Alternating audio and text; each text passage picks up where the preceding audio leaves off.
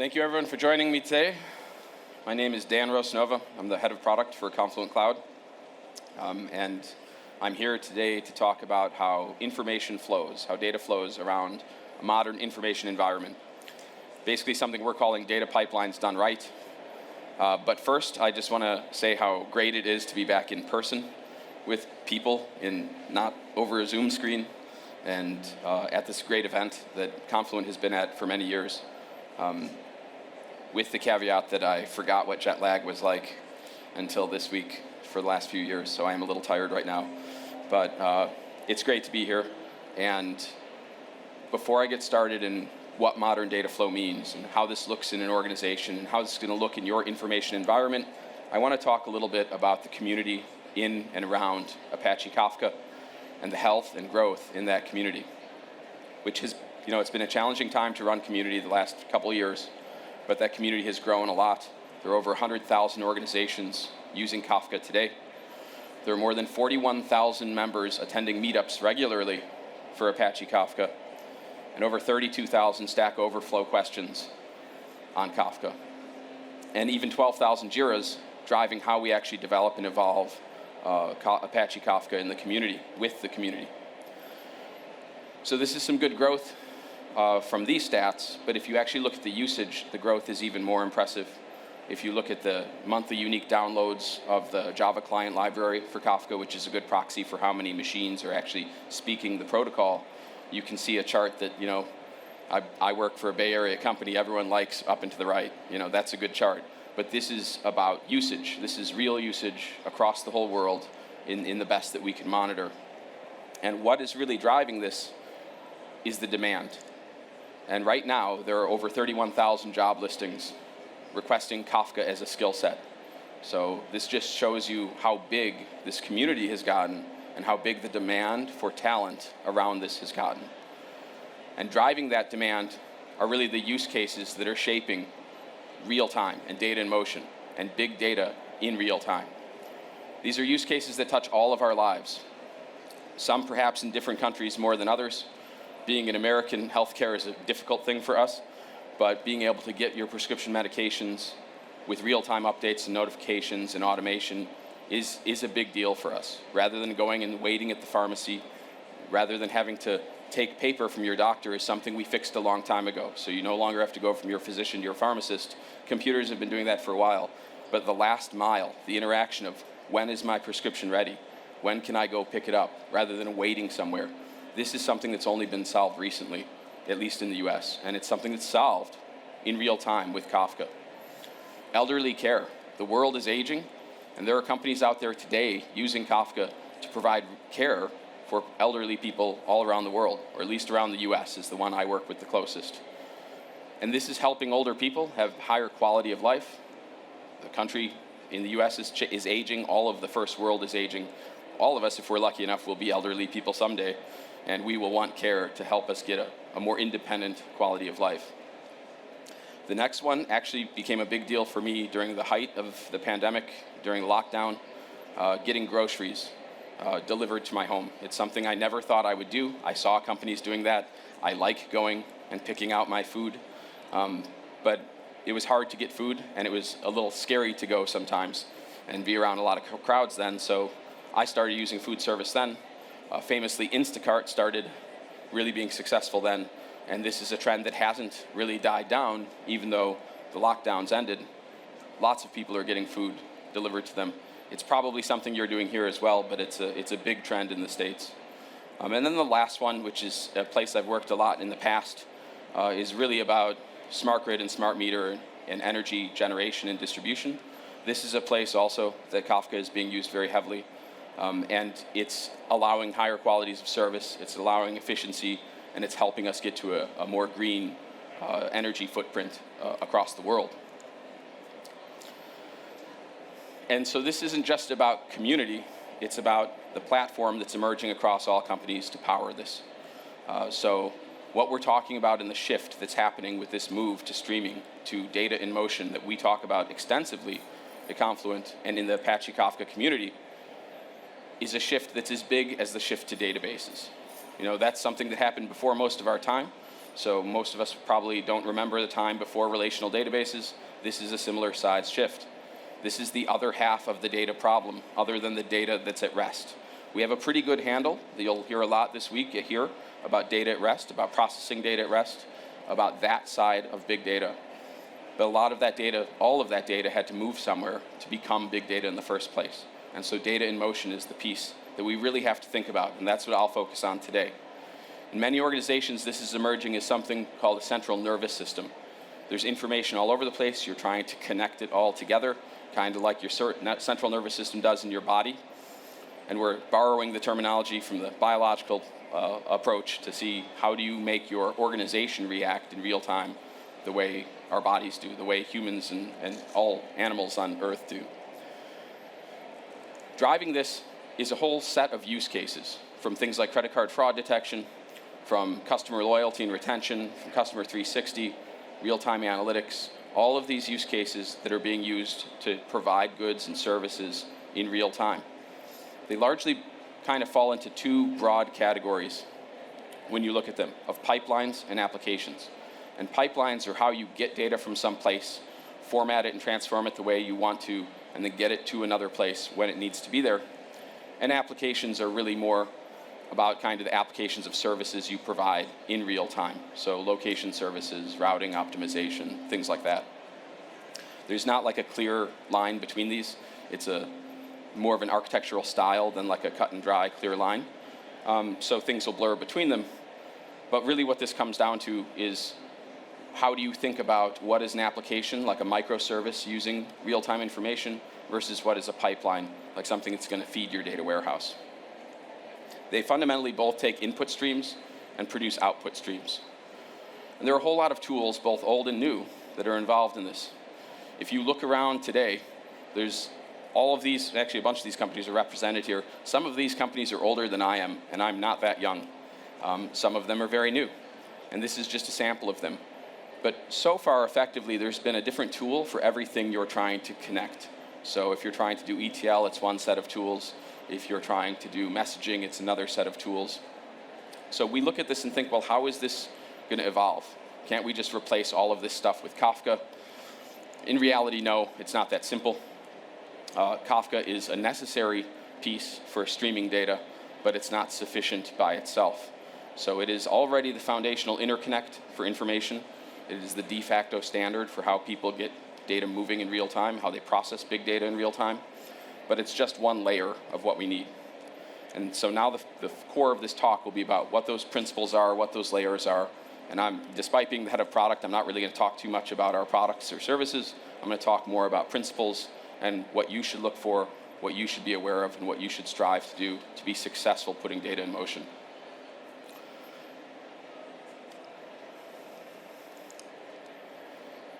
To do that, I'll focus on 5 principles today for modern data flow. I'll use the term modern data flow to just kind of say a simplification of pipelines and applications of how you get data to where you want it. And when I talk through these, it's really kind of about the future. It's about what's emerging right now. So I'll use a few quotes throughout this talk. The first one is by Wayne Gretzky, a hockey player who's very famous. He always said that you have to skate to where the puck is going, not to where the puck is. That's how he became the greatest hockey player in history. And this is a view towards the future, towards what does the future look like. And really that future is quite different than the ETL space we came from. It is a real-time streaming space.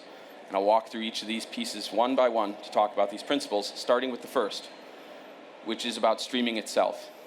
So a lot of you here, because you know Confluent's representing here, you understand our involvement in Apache Kafka, probably are not surprised to hear that we think that streaming is at the center of modern data flow. But it's not really obvious to everyone. That's not actually true for everyone today. A lot of the tools I showed earlier aren't really streaming yet. They're batch. And some of them are micro batch, and you kind of ask the question, what's next, nano batch? But really they're kind of made to take a file, do some processing, and then load it in some other place, or take a batch of records, whether it's a file or not. And so when we look at a lot of these tools, especially these integration tools, and I spent a long time in my career doing integration. It was a very hard space to work in. I kind of think about another quote that I like from Henry Ford. when he created the automobile in the US at least and popularized it as a mass transportation, he famously said if he had asked people what they wanted, they would have said faster horses. And so instead of making more batch tools, instead of making new batch tools now, we're really looking at what comes beyond batch tools. How do you get those types of capabilities for a stream, for real time? So it seems kind of weird to even make a new batch tool in this day and age, and that's why we're not really seeing that as the future, because the future is real time. In fact, reality is real time. The batch construct that I wear a tie because I worked in financial services for a long time. I think I'm the last man in London wearing a tie. And the batch is an artificial construct we actually created because of the limitations of the technology that we had in the past. Back when memory was limited, when CPUs were really expensive, we batched things together because we had no other choice. But reality is real time. Your experience of life is real time. You're hearing me as I'm speaking. You walk through the door, you turn on a light switch, you swipe a contactless payment card. And a good example of this is we all had to cross the road to get here today. Some of us many roads, some of us many time zones. Would you walk across that road without looking? Being from the States, I look both ways every time I cross the street in London because I'm not really sure where the traffic's going to come from. And back in the US, I look both ways because I'm not really sure what drivers are doing. So I'm pretty used to looking real time before I walk across the street. And I wouldn't feel safe looking now and crossing in an hour, or even looking 1 minute ago and crossing the street. And this is important because software itself is changing. There was a time when software meant things like Microsoft Word, and I would write a document and then I would go send it. Or it was CRM, and I'd put in and update records into a CRM system, and someone would look at them, my boss would look at them monthly or quarterly or weekly or something. But today, software is increasingly driving customer experiences. It's increasingly driving how we run our businesses. And that actually makes it pretty inappropriate to have batching involved for it. If I think about those examples from earlier, something like being told that my prescription is ready, or that something is ready for me to do, well, that's really only useful if you're telling me when it's actually ready. If you tell me and I still have to go and wait, it defeats the purpose of using the app in the first place. If you tell me that my coffee is ready and I get there and it's cold, I mean, unless obviously it's supposed to be cold, but my hot coffee is cold because it's been there for a long time, that's really a failure. That's a customer failure, and that means your core business is failing. So batch doesn't really work that well. And for these other paradigms as well, and some of them just fall down, like the grocery shopping one. If you can't have, Instacart's pretty successful because if they can verify what you're really ordering, the person in the store picking the stuff can contact you in real time and say, did you really mean 6 bananas or 6 bunches of bananas? And you can clarify questions and have real-time interaction. The last one's actually pretty interesting because the energy is really a complicated problem, and renewable energy is as well. If you've ever seen a windmill go out of control, if you haven't, go Google it. It's cool. It's disturbing, but these are things that you want to know what's happening, not just to get energy, but to keep safe operating in that type of environment. And so increasingly, though, you can do both of these things the same way. So up until now, we've really looked at the world as real-time or batch. And the trade-off was that, well, batch might be simpler. I would argue that it's not. Batch is actually more complicated because we're twisting reality to fit some computer model that's not really natural of how things occur. But we've perceived this to be a trade-off between something we know how to do, which is batch, and something that we don't yet know how to do, which is real-time. And it is true that in the past, real-time was very expensive. A lot of my time before getting into product was spent in the trading industry. That's a place that could afford to do real-time because they're literally printing money. So they could afford it. Then the rest of us couldn't. But now the technology is simple, much more simple and affordable than it was. It's much more approachable. And the cloud has made it very easy to get where and when we need it. And so in reality, what's happening is that streaming is becoming a generalization of the batch paradigm. And when I say that, what I really mean is if you think about a batch is some set of records. You're extracting it from somewhere, or someone is dumping it into a file somewhere. You're processing that file and you're loading it into some data set, some data source. It might be a database, it might be a data warehouse, it might be an application. And the streaming paradigm is to just break that down into individual messages. But if you zoom out from time, your hourly or daily batch over enough time actually looks like a bunch of individual messages. They're just moving very slowly. So it's not as different as we might think. And there's really no need to wait for this to happen. So you can actually use batch type processing in real time today. Just set the batch size to 1. You know, I was working with an insurance company earlier this year in New York, and I was, or as a bank, it was a bank, and the leader from this bank was like, well, you know, all of our systems expect a batch, and they want a header and a footer in the batch, and they need to match up, and we need to do all these things. And someone else in the room had asked them from a different bank, what if you just set the batch size to 1? Now you have a real-time messaging system. You know, and I was like, oh, that's a good one, I'll use that. And this is kind of the mindset shift that needs to happen for us to break this down. Because the dangerous thing about this is that if you're waiting for the batch, the real world is happening. And your understanding of reality is now out of touch with reality. It's stale. It's old. So if you're showing things to users, if you're selling items or moving items based on how the world looked an hour ago, or even 10 minutes ago, you're really drifting further and further from reality. Which ultimately means, though, that you will either do everything twice, once for batch and once for real time, or you'll just do it right. Because it might seem easy, well, just do this batch and just do that real time. But the reason people are starting to use the Kappa architecture a lot is because it's actually easier to just do things once. Because that drift that happens between the batch things that are behind and the real-time things that are fresh. The second principle I want to talk about real quick is about decentralization. Decentralization is actually very key to data flow in the modern information architecture. Data is more decentralized now than it has ever been in the past. Gone are the days where we're going to say, here's some device or appliance or storage location where we put everything. In the cloud, for instance, no matter which cloud provider you're using, even the storage that you use is actually distributed. It's distributed across zones, possibly across regions. So your data is already distributed even if you think it's not. And that's a big change from the past where we used to think, oh, we'll have a centralized data warehouse. I'll go scrape data out of these sources and then load it into that data warehouse and people will work off that data warehouse. Well, the big issue with that now is that a lot of applications aren't running off a data warehouse. They're running off of real time. They're the use cases I started off talking about. So you're breaking this model of, oh, we'll just have some data warehouse and everything batch loads into it. And then it actually gets more complex because the world is not that simple. No one has one data warehouse. I've never seen a large company that has one data warehouse. They usually have many. The joke I used to make in the messaging world was that any large company has an odd number of messaging systems greater than 1. You know, if you walk into a bank or an insurance company, any bank you use that's not very small and new, they probably have TIBCO and IBM MQ and maybe some RabbitMQ, possibly some Kafka, I don't know, but it tends to be an odd number.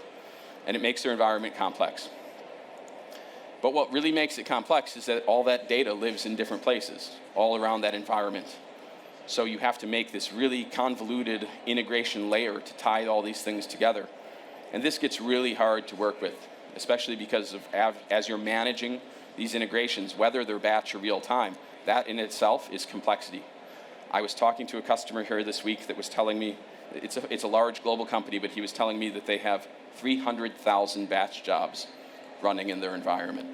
And I just couldn't understand that. I don't even know how you conceptualize 300,000 things running around. It's like the ultimate Rube Goldberg machine. You know, it's like mousetrap, like who knows what's going to break when. And this is what the central nervous system piece solves. The data will stay where it is, pieces of it will move, and it really falls more into this shift that's both organizational and technical to publish subscribe. And so publish subscribe is not new. It's something that predates Kafka. It's a style that we've been pushing in the messaging world for a couple decades now. And it's about producers publishing data out and then consumers picking that data up. But done blindly, it doesn't actually solve any of those previous problems. What you have are dumb pipes that are unaware of what's going through them. And you have coupling that happens because I'm producing data and you're consuming it, but you're unaware when I change it. So now I can just go break you without, telling you, and your application breaks. This has largely been solved in the API world with JSON and REST, so having schema on top of protocol. And this is what we also see happening to help decentralization, to facilitate decentralization in data flow, is that you have Kafka and schema.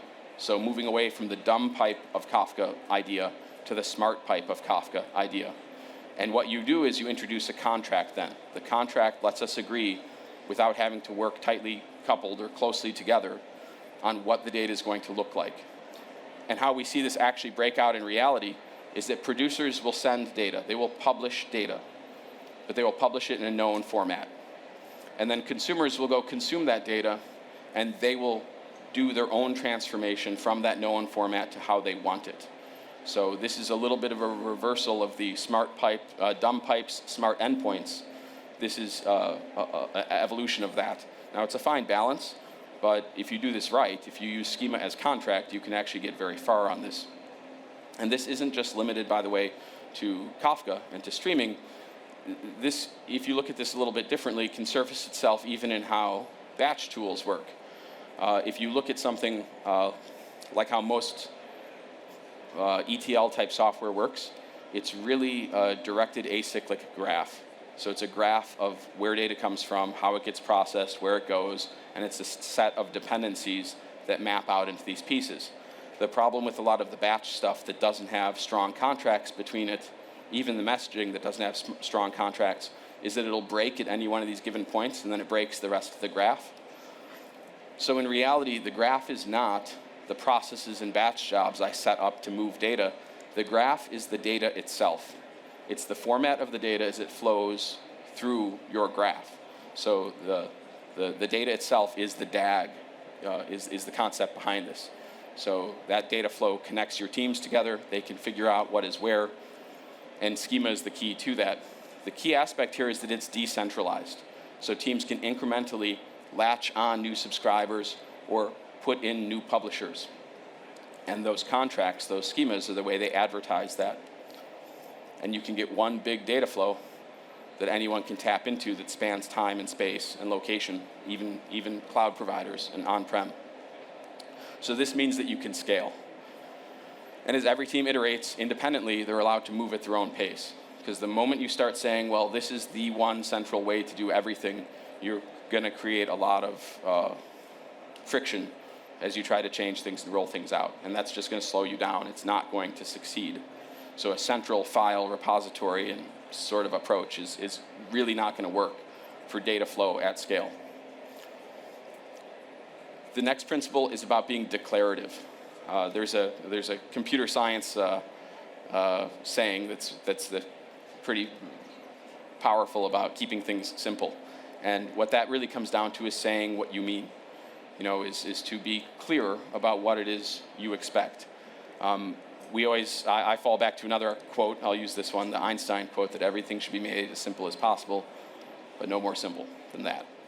We've solved this problem largely for data at rest. We have a declarative language for data at rest. It's structured query language. This is how people do data at rest.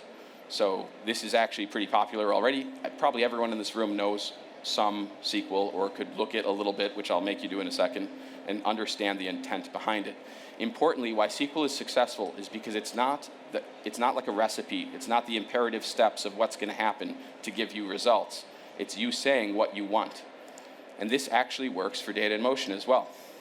And if you look at that, how we've done that through KSQL and through connectors, Apache Kafka connectors, what we see is that you can actually use SQL to create the DAG that I was talking about earlier.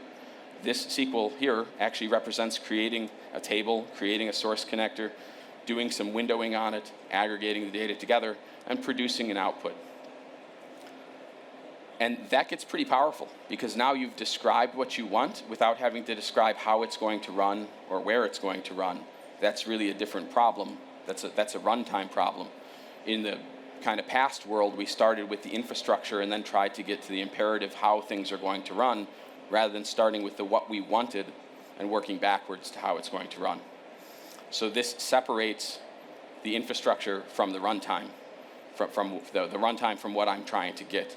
So it's a very powerful tool to say that modern data flow is declarative, just like that DAG that I talked about earlier. The next principle is that it's developer-oriented.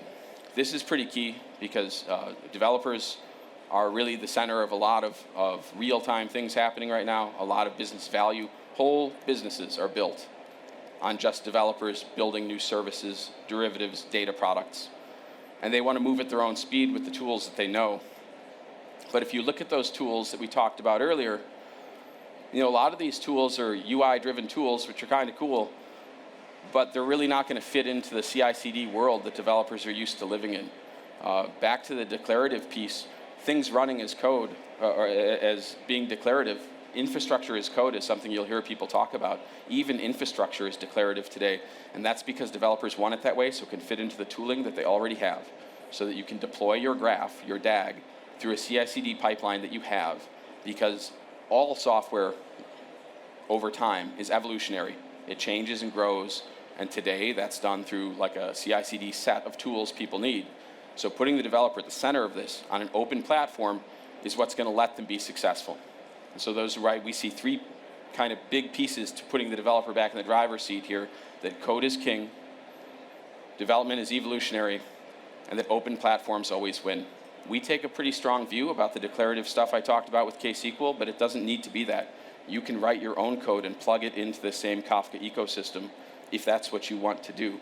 So putting users, putting developers really back in control is critical for this to be successful. The last piece, though, is about governance and observability. This, to me, is the biggest missing piece for most organizations with putting data in motion, with having modern data flows around their organizations, because there are two principles in conflict here. One is the desire to make data available everywhere you want it so you can make new products and services out of it.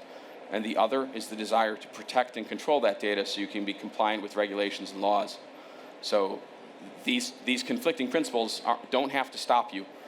There are tools that can help you get through that. And the three that we see as the most important are really a catalog to know where the data is, schema to know what does it look like, and lineage to know how did it get there and how can you trust it. So to look a little bit deeper, the catalog is something we're big on. We're also big on open standards for it.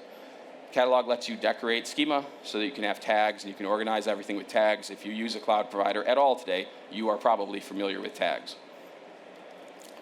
The schema becomes the new API for data. This is how you actually figure out, this is what a customer record looks like, this is what a payment or settlement record looks like, then you build your processing from that. And then the lineage is really the last piece.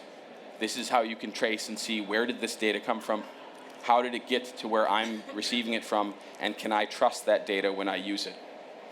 Importantly, for this to work, all of these things have to be decentralized, they have to be streaming, they have to be developer-oriented.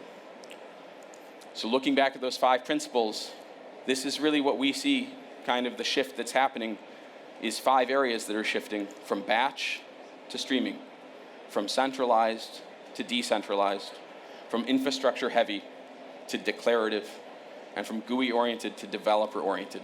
GUI tools are fine, but they have to output code that can be integrated in a way developers like to work with. And then the last one, from being ungoverned and dark to being governed and observable, so you can see what is where and who has access to it. That is my take on modern data flow and succeeding with data pipelines.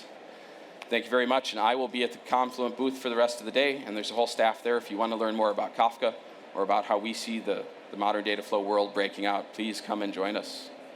Thank you.